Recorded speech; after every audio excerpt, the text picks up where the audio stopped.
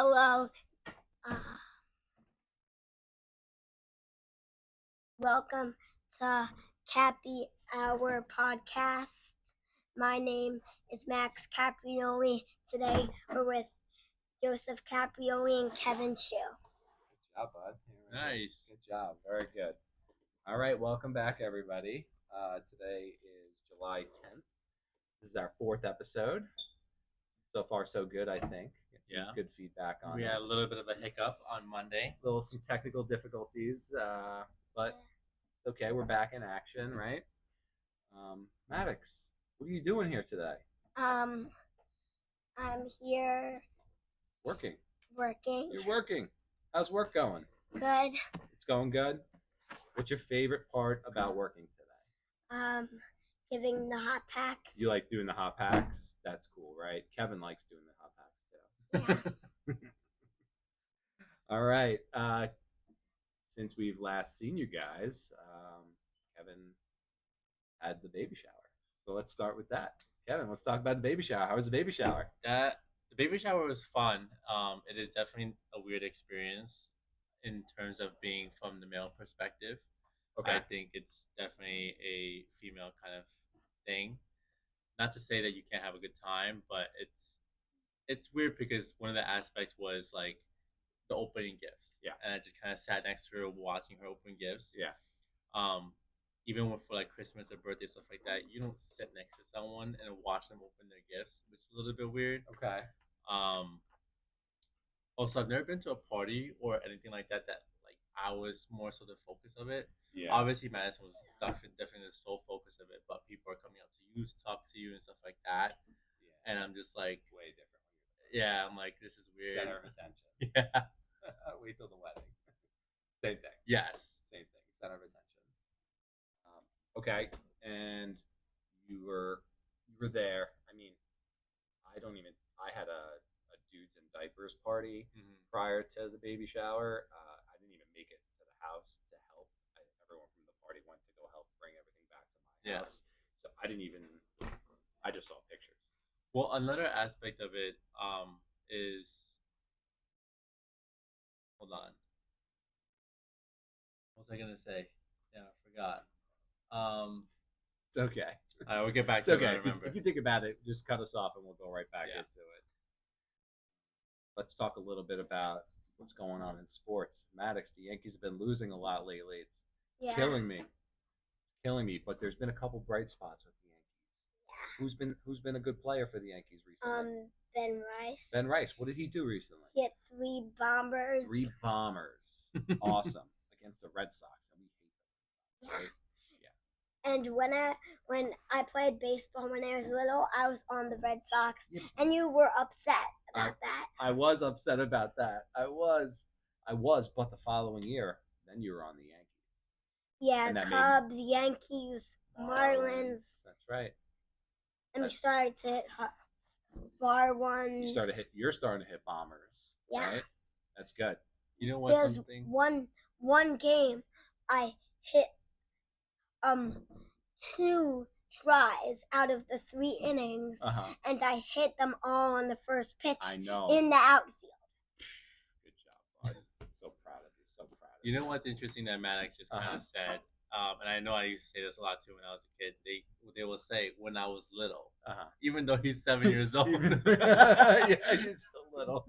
They'd be like something along the lines of when I was 5. He's like back in the day. That was like 2 weeks old. ago. When I was like 5 years old. Yeah, when you were 5. You were on the Red Sox. That's when you were on the Red Sox. Yeah, and then I was on the Marlins, then the Cubs. That's right. Then the Yankees and the Marlins again. That's right. What do we think about the Red Sox? And then what do you think of the Red Sox? Do you like the Red Sox or not? Boo. Boo Red Sox. Boo. Yeah, attaboy. And last time they played, they crushed them. 10-point game. Whoa, what was the score? 14-4. 14-4. Yeah, that was a good game. That was the Ben Rice game. That was fun to watch, right? That was good. Yeah. Good job, Maddox. Good job. Kevin, let's go I guess right into the question of the day, because it's been one of the more polarizing questions. I think this kind of goes back to being a hit with the questions. Like we used to have like really Yes. good ones. Everybody is into this one. It's not even like a real question. Yeah. There's more of a visual. Yeah. Well, this kind of came into play when I was bringing. Well, and Madison wanted me to go bring the car around to the venue so I can just bring the gifts down, make it easier. Okay. And then I asked her, "Where's her car?" And she goes, "In the parking lot. That's a block away." Okay, cool. Which parking lot? There's 4 of them. Okay. And she goes, "Go to the supermarket. You turn left, and then you turn left again, and then there's a parking lot." Okay. And I'm like, "Okay, cool. So do I need to cross the street?" No. So it's on the block. She goes, "No, it's you make a left, and you make a left." I'm like, "Yeah, but I don't cross the street, right?" No. So it's on the block. Yeah. So the question is, if you live on 2 different streets, but you don't have to cross. No, if you live on the same block, but you don't have to cross the street. Do you live on the same block? No, because you live on separate blocks. Because those are 2 separate blocks. No, but someone. Those are 2 separate streets. Okay, I get your argument. Yeah. But I understand you get my argument too because I grew up in Queens. But Yeah. One of the patients that said, according to National Grid, the lot number is the whole National Grid. Is it National Grid? Something like that. That the whole square is one lot number. One lot number, not one block. But it's if it's one lot number, it's the one uniform thing. This is one I obviously, this is an interesting question, and I think you've had like 3 people on your side of that question. I think I've had a few more, maybe 5. You think, okay, maybe 5, and like the 95% of the other people totally disagree with it, and I think it's more the difference between Queens and the city versus Long Island. Yeah. So, here when we say like we live on the same block, we mean the same street. If you had to turn onto a different street, that's a different block. Okay. So I think that's how we use the words interchangeable. Like, what do you got to say, Madison? So, pretend I lived here and I had to cross the street and their house was here. Yeah. Would we live on the same block? Well, Kevin is saying that if you have to cross the street, you live on a different block. But that's silly. That's a different street. Right? That's a different. Yeah. You're right. Yeah. That's a good point. Good point. Okay. That's a good point. Now, so like it's like a block is like an area. Yes. Correct. Yeah. So I got a different example that I thought of yesterday. Okay. And you're saying how Levittown and towns in Long Island have beds, right? They're not like squares. Yeah. There's no grid. There's no nothing. It's okay. So let's say you live at a house right here, and then the other house is over here. But the road is a curve. And let's say this road, this side of the road, is one street name because there's this road here. Okay. I'm trying to picture you. Okay. And so this curve and this curve is 2 different streets. Got it. But you're not even cross. You're still on the same sidewalk. Okay. But that would 2 different blocks. That scenario, because it's a curve, I would say that they live around the block. Still? Yes. And I think I would say that they live on the same block.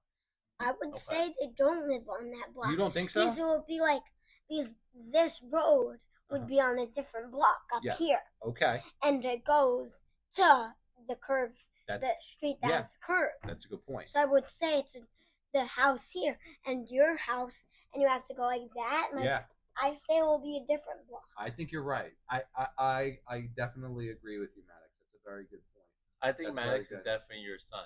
You think so? There's so many. I know everything. You know everything? You know about everything? Maps. About maps. Yeah, he's a big map guy. Yeah. He studies maps. He watches YouTube videos. So on maps. one day, I pulled up a house.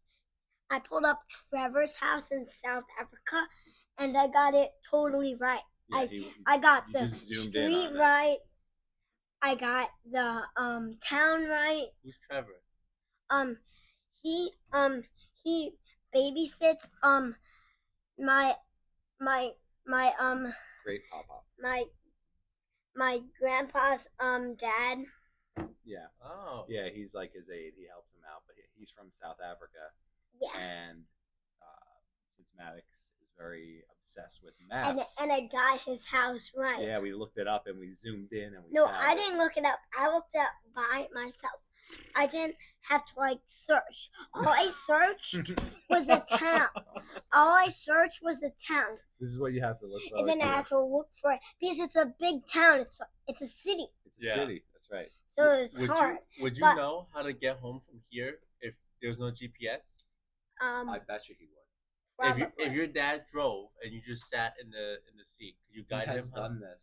Okay, so I would go down Hicksville Road, then the Parkway, then Jericho Turnpike, then East Jericho Turnpike, then West Jericho then Jericho, then West Jericho, then East Jericho, then Broadway, then our street. Is this right? Yeah. Yes. Wow. Yeah. We a few weeks ago we were driving in Centerport, very hilly area, and there was construction, so like one of the roads was closed. So my wife was in front of me, and she made a turn and started going into the hills. Yeah. I told her to keep going straight. You told her. And she had to make a U-turn like that, then keep she going didn't listen that to way. you. Yeah. Yeah. And I got her. So I had the map in front of me, And so you I know could what see was like so what turns I weird? needed to make. You know what was so weird about that? What? She saw the road after the road here, the road that we usually go on, Mill Dam Road, and she said, "You have to turn that way back to Center Shore." And she didn't know. She didn't know. She didn't know that was Mill Dam Road. But you knew. Yeah. And I just said, "This is Mill Dam Road." Mill Dam Road. Mill Dam Road. So, Matt. By the way, don't ever change Maddox. But Maddox talks a lot. I do. Oh, I do. Dude, you got a baby coming. You're just wait. But just wait. I think like talk a lot. People are always like their kids talk a lot. They don't stop talking, whatever. But I think it's better that they talk a lot than if they were to be either shy. Of course it is. When I was a kid, I was very quiet. Yeah, very quiet. I talk not like this. a lot. You talk a lot. The only time I never talk is in church. In church, that's very nice. Even in classroom, you talk a lot. Yep. Yeah. Yeah. Yeah, and all my friends keep saying, "You talk too much." They say that to you talk too much. Your questions are too long. What do you feel like has been? So obviously, the twins are 7 now. What do you feel like has been the highlight of raising kids so far? Like when they're very very little, or to now, they're still little. But what years have you? Have there been years that you favored more? I never look at it like that. It's like an evolving story. Watching them grow is wonderful. And, like there's a lot of difficult times, and there's so many happy times. Yeah. And it's like the whole journey.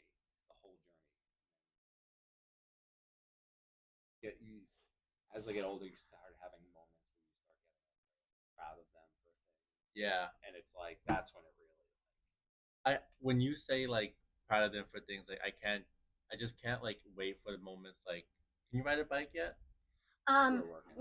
Yeah, we're trying to work on it. I'm too afraid without training wheels. So that's like one thing that I'm very looking forward to. Like, just an example. I'll learn how to skateboard. You can skateboard? I don't really know how to. Yeah, but I know how to pretend that's a skateboard there, and I could put my foot like that, and I'll do a drop in. I know how to do drop ins. You can do drop ins. That's good. Yeah, we're working on the whole bike thing. That is difficult. They with the training wheels, super fast, loving it, so much fun. It's so fun, and then the learning how. I've seen some of their friends, I think, know how to do it. Some cousins know how to do it. I know everyone knows how to do it. Parker's friend, who's 4 years old, he rides a bike without training wheels, and he knows how to do flips on his bike. Wow. Yeah, Lee. Lee. Yeah. Lee does great. Yeah, Parker's friend. Yeah. He doesn't even know how to do a flip. But it's the moments like that, and so like last time I took them and I'm literally sprinting behind the bike. Holding it, and Braylon has it. And then he gets fearful, and then he stops. I'm like, you had it. You were doing it. I wasn't even holding you. You said you wouldn't let go. I'm like, I remember saying that to my father too. You said you I was wouldn't like, let oh, go. you had it, and then like you didn't fall. Yeah, yeah. Everything Well, was okay. how much did he have it? For, like, He had it one for lap? like 20 feet. So like he started like by the driveway By the and driveway. he ended At the by corner. at the corner by by Oakland. himself. Yeah, without me Yeah. holding on. Yeah, and then you did you he did was good he like, too. oh wait, you He was surprised that when you I told that him he did it, that he did it. and then he started doing it again and again. Yes, and then he got tired because it's hot out. But Yeah. that's okay. I got too afraid. It's like That's okay. it's like on Cross Avenue. There's like this hill, and I was in the middle. And it was tipping me. It kept tipping you. So yeah. it was hard to steer. Yeah, it was hard, but it's hard. It's hard to learn this, but once you learn it, Maddox, you'll never forget it. Yep. They'll never forget it. So do you remember moments like so they can swim now? Yes. Like you remember moments like when they first learned. Yeah, I you saw remember them do it. taking them to safety swim and watching the progression of it, and little milestones. And Yeah. that's as a parent, that's like you really get excited for that. I Yeah, know It it's makes you cool happy. at that place. So there's this room where the parents watch them. It's this window, but when you're swimming inside the other room, you can't see your parents, but your parents could see you. That's right. So like when you're looking at the window, Yeah. all you see is pitch black. All you see is their shadow. Yeah, that's right. That was at safety swim. That was good. That's fun, but like doing all those little things, and I think you're gonna have a daughter soon, and you have one kid. I never had just one kid. Yeah. And I think you're just gonna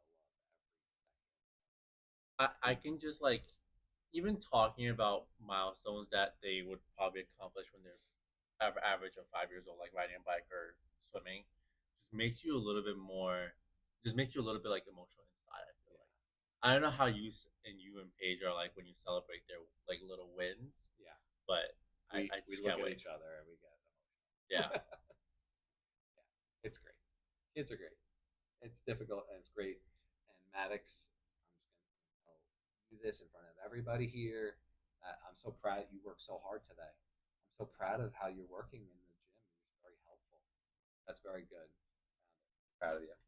What was that thing that someone said yesterday? Was like it's hard with them, but it's harder without them. Yes. You know what?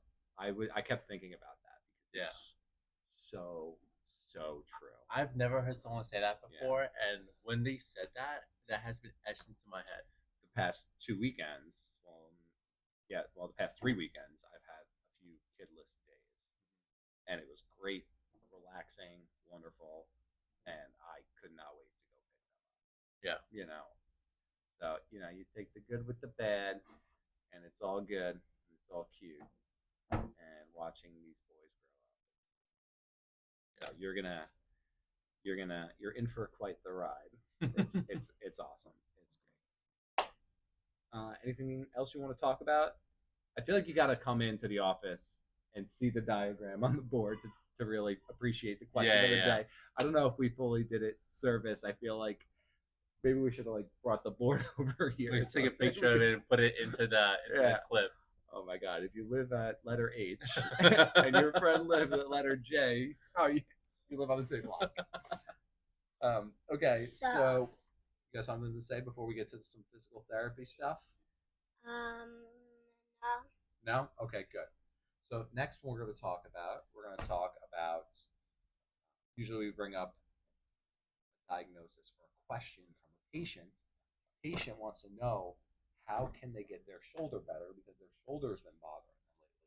I feel like recently, what drives some of these questions are a lot of patients are coming in with some shoulder issues. Yeah, today I had to put almost every single hot pack I put was on their shoulder. So we saw a lot of shoulders today. So it's usually on this shoulder. On that shoulder? Okay, so that's their left shoulder. So what we're going to talk about is different techniques and strategies to get people out of shoulder pain. So one of the things I like to do from a manual therapy standpoint is, I always preach trigger point releases and getting into that soft tissue. I really like for shoulders getting into the subscapularis. Right, so subscapularis is one of the rotator cuff muscles. It's located kind of inside your armpit a little bit. And when you raise your arm up, that is all knotted up. It can contribute to shoulder impingements, tendonitis, bursitis, different type of shoulder issues. So when you kind of get in there and release that tension, it can really open up a lot of range of motion and function for patients. And I feel like that's one of the rotator cuff muscles that people tend to forget about. It's because it's so kind of like packed in there. Correct. We're always usually either working on the infraspinatus, supraspinatus, other shoulder muscles adjacent to it. A lot of times, what people do is when they have shoulder issues, they keep their arm in their stomach and they try to support their arm, right? Because they're worried about causing more pain. Yeah. And that actually shortens that muscle and kind of feeds into that trigger point and that restriction. So, it's also not that comfortable to get into. It's not comfortable. It's very uncomfortable. But I always feel like in order to kind of like elicit a change, you got to go through a little discomfort. Yeah. So what do you typically say when patients like tell you, is it supposed to feel not comfortable? I think the fact that it's uncomfortable or they're experiencing discomfort, that's a normal response. Yeah. If it felt like absolutely nothing, then there's probably nothing wrong there. Or they wouldn't be here. Or you wouldn't be here, right? So it's one of those things you got to tread lightly, got to communicate well. Yeah. But once you really kind of get in there and it show the patient that yes, I gave you a little bit of discomfort, but wow, look at this now. Yeah. I feel like then they start to get it. You got to like show them it so that they get it. Yeah. And once they get it, they're good and they trust you. Yeah. So what about you? What do you think in terms of shoulder exercises? I touched on in subscapularis. What do you think would be some stretches or things we could do to help this patient shoulder issues? So because it's so like so much of an uncommon place to get into, sometimes I like to have patients have like cross ball in there. Okay. And bring their arm up onto a wall. Yeah. And kind of just press your body into it. I like that. I like stretching arm into internal rotation. Okay. Those two are one of the bigger ones that I like to give. What about you? Good. When it comes to shoulders, there's always different concepts of things you could do. A lot of patients come in knowing it's like, I need to strengthen my rotator cuff, right? So from that type of perspective, I kind of like doing more like scapular mobility, scapular stabilization, making sure that your scapula are moving well. That sometimes that is just a very good starting point. Yeah. In terms of getting that motion down and improving on that, and then watching how shoulder motion improves, pain comes down, and function improves. So. I'm a big component of the scapula kind of contributes to a lot of the shoulder. Yeah. Most of the time it's not separate from each other, of course. That's very good. Next thing we'll do is we'll kind of go through some of the demonstrations of what we do from a manual therapy standpoint and exercise standpoint, kind of give you guys some good strategies to do at home. Yeah. And again, educate you on what we do here. So with that said, I think that's going to be the end of this episode. Do you have any last words for anybody, Maddox? Anything you want to say to everybody? No? Maddox, how do you think your name should be pronounced? Maddox. Maddox? Why Maddox? Because there should be an I for Maddox. Oh, okay. For the X. So you think your parents spelled your name wrong? They should have called me Maddox, and they should have made the spelling like that. Madgix. You know what? But like when you say it, it sounds kind of weird with the IX. Yeah. In it. I think so. I'm gonna have to talk to your mom about this and see why. That's not gonna go well. why she said and spelled it wrong. But all right, buddy. Good job today. Good job, Kev. Good job. Good job. All right, have a good one, guys.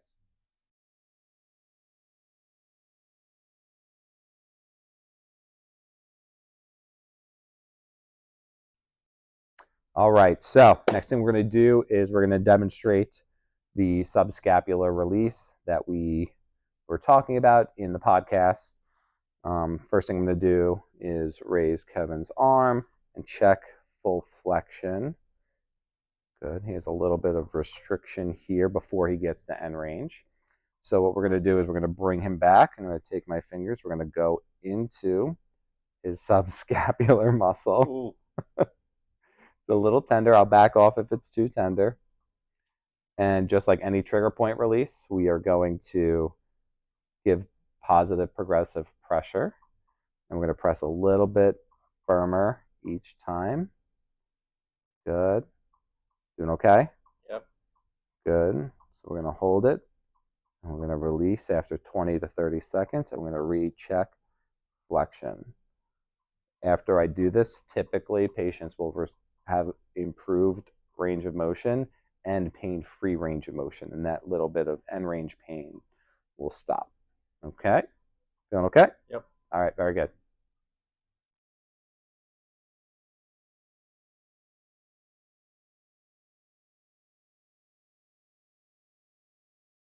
Okay.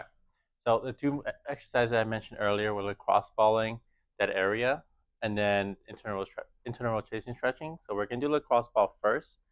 This might be a little bit uncomfortable if you don't have the full range, but we can modify that for the next one. So you put the lacrosse ball, you reach your arm up, put it inside your armpit, and kind of lean into it and roll around. You can apply as much pressure as you would like by stepping either backwards or forward a little bit. Don't step back too far, it's going to fall out.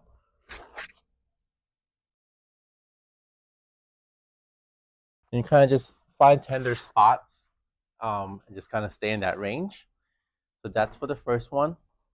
And for the second one, if it's the same arm that you're trying to work, hang the strap behind you and just reach back and pulling it forward like this, holding it for about 20 seconds and do it 5 times. This is what it looks like from the back, just like if you were to try to scratch your back. And again, 20 seconds, 5 times.